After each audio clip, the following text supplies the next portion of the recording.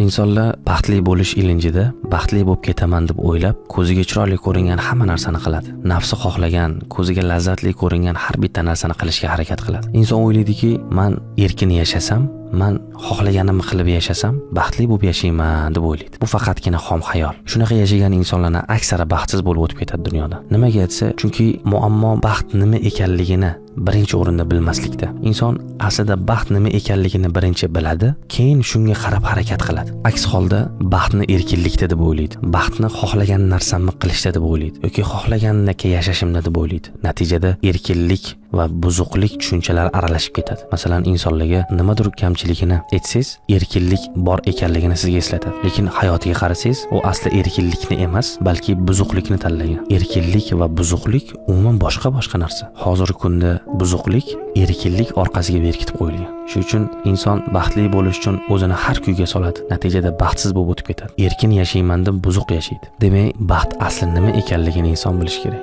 Shundagina baxtga qarab to'g'ri harakatlana oladi. Aks holda hayotini iflos qilgani, umr daftarini kirlatgani qoladi xolos.